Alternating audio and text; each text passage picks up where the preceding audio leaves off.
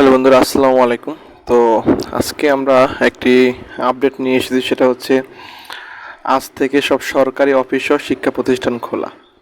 তো আজ থেকে আমাদের শিক্ষা প্রতিষ্ঠানটা আর কি খোলা, দেখি আমাদের এখানে ডিটেলস কি বলা হয়েছে।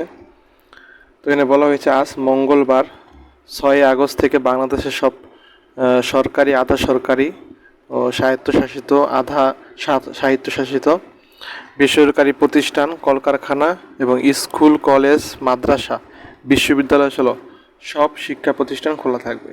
তার মানে আজ থেকে আমাদের স্কুল, কলেজ, মাদ্রাসা, বিশ্ববিদ্যালয় সহ সব শিক্ষা প্রতিষ্ঠান খোলা থাকবে।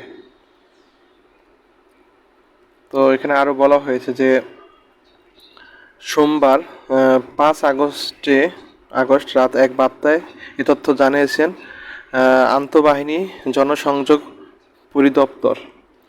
তো আইএসপিআর জানায় আজ সোমবার রাত 12টা থেকে মঙ্গলবার ভোর 6টা পর্যন্ত কারফিউ বলবৎ থাকবে।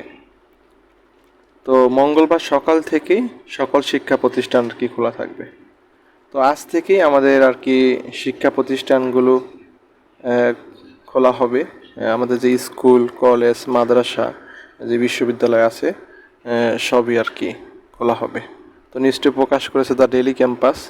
তো এই ছিল আজকে আমাদের আপডেটটি। ঠিক আছে, সবাই ভালো থাকবেন। আসসালামু আলাইকুম।